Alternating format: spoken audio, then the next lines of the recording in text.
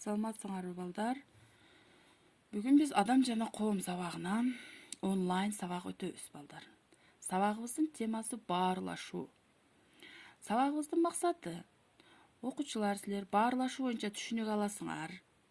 Баарлашуунун түрлөрү жөнүндө айтып бере аласыңар. Улуу адамдарды сыйлоого, угууга тарбияланасыңар.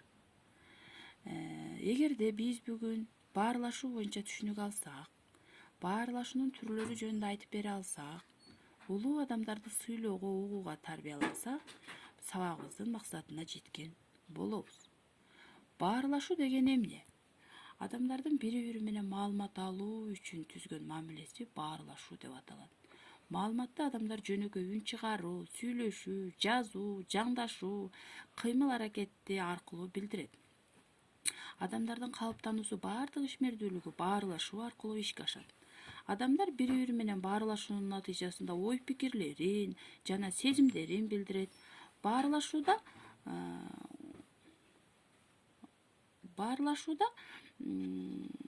кубанычтарды, кайгы-капаларды башка адамдар менен бөлүшөт. Баарлашуу аркылуу адам башкалардан пайдалуу маалыматтарды алат. Билимин, жөндөмдүүлүгүн өркүндөтөт. Адамдар бири-бири менен баарлашууда көп учурда өз ара тажрыйбаларын алмашууга мүмкүндүк алат. Мисалы бул жерде Манасчы Жусуп Мамай небереси менен баарлашууда. Адам болуп жаралгандан кийин кичинекей бөбөк да баарлашууну сүйөт экен балдар. Кичинекей бөбөктүн алгачкы баарлашуусу өз ата-энеси жана жакындары менен болот. Бала 1 жашка чыкканда эле анын тегерегиндеги адамдар менен болгон аракети күч алат. Адамдар чөйрөсүндө баарлашуу аркылуу гана наристе бала бара-бара адам катары калыптанат балдар.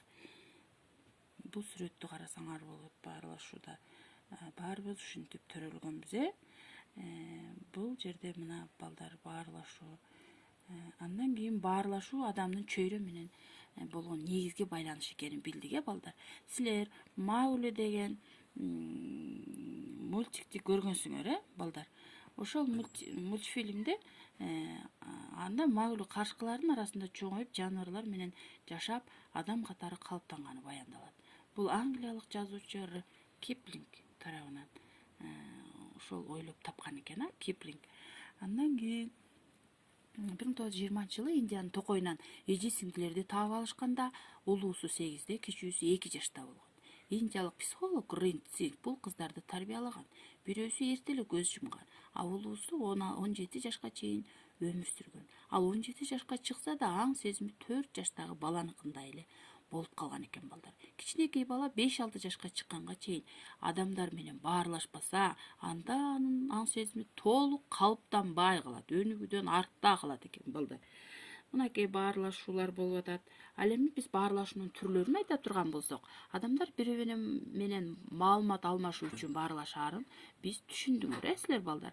Маалыматтын мазмунуна жараша баарлашуунун түрлөрү аныкталат.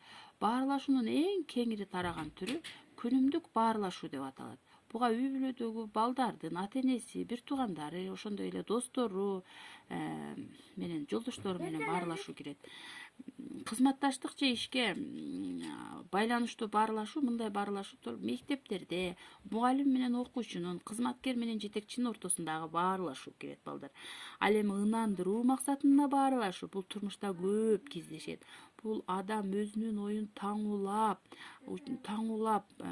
анын тууралыгына башкаларды ишендирүүгө аракет кылган учурда байкалат. Мисалы, ата-энелер балдарын тарбиялоого өзүнүн оюнун туура экендигин далилдөөгө аракеттенген баарлашуу бул ынандыруучу баарлашуу деп аталат.